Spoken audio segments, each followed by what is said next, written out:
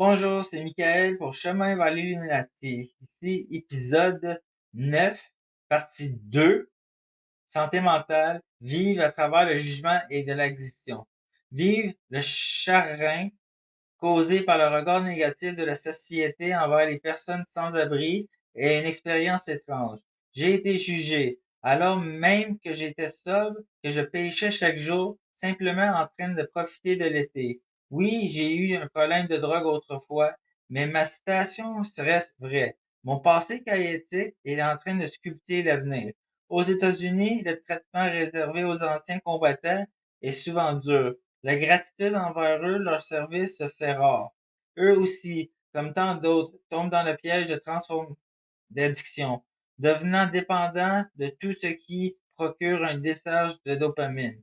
Pour moi, le jeu et le poker étaient bien plus que des simples distractions. En tant qu'ancien croupier, j'ai vu ce que les cartes pouvaient faire. Du négatif et d'autres négatifs sans frein.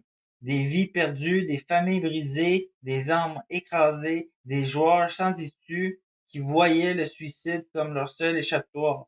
Cela m'a profondément marqué. Thérapie et désintoxication. On en parle souvent à la légère, mais ce sont des bouées de sauvetage. Et si tu veux vraiment guérir, ce sont des étapes nécessaires. Beaucoup trouvent un refuge dans le programme des 12 étapes. Une puissance supérieure, une structure.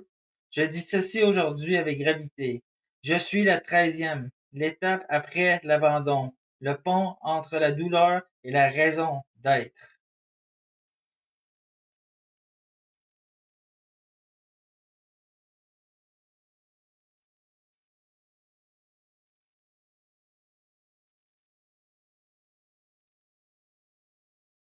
Ici, Michael, pour partie 2 du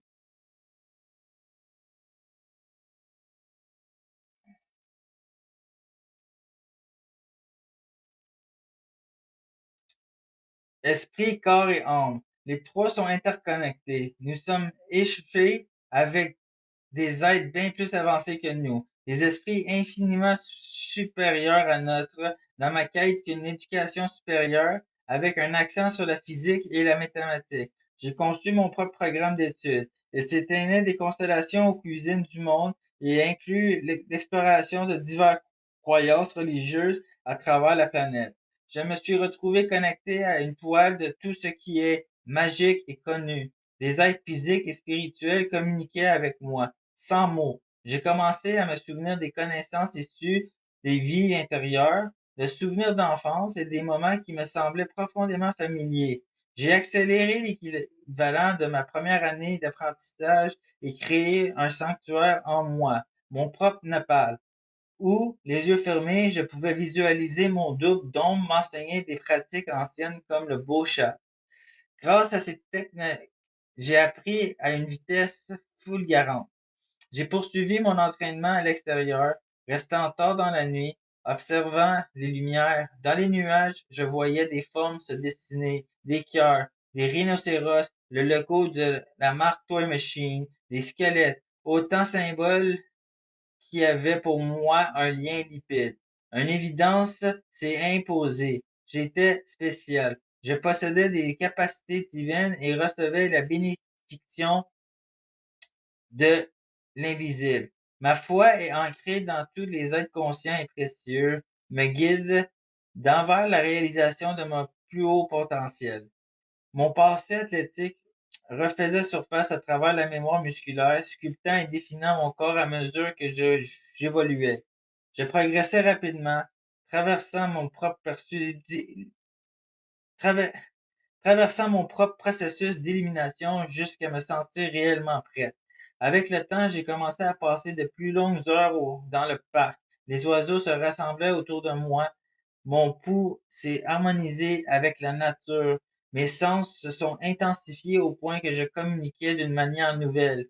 Même à travers des dimensions parallèles, je parlais aux animaux. Une fois, j'ai suivi un raton laveur sur le 1 kilomètre au parc René Lévesque, simplement parce que j'ai ressenti l'appel de lui. Ici était Michael pour Chemin vers l'Illuminati.